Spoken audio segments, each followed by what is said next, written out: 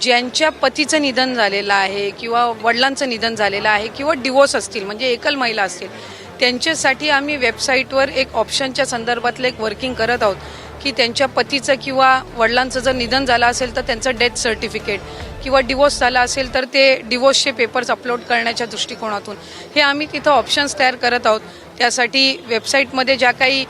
त्या पेजवर ज्या काही बदल करण्याची गरज आहे त्याची प्रक्रिया ही आम्ही सुरू करत आहोत। त्यामुळे साधारणपणे ज्या सर्व पात्र महिला आहेत त्या लाभापासून वंचित राहता कामा नये या दृष्टिकोनातून आम्ही काम नाही अशा 18 नोव्हेंबरपर्यंत साधारणपणे KYCची प्रक्रिया आहे। त्याच्यामध्ये पण जो मधल्या कालावधीमध्ये पाऊस झाला किंवा मराठवाडा आणि पश्चिम महाराष्ट्र काही कोकणाच्या परिसरामध्ये उत्तर महाराष्ट्रामध्ये जी अतिवृष्टी झाली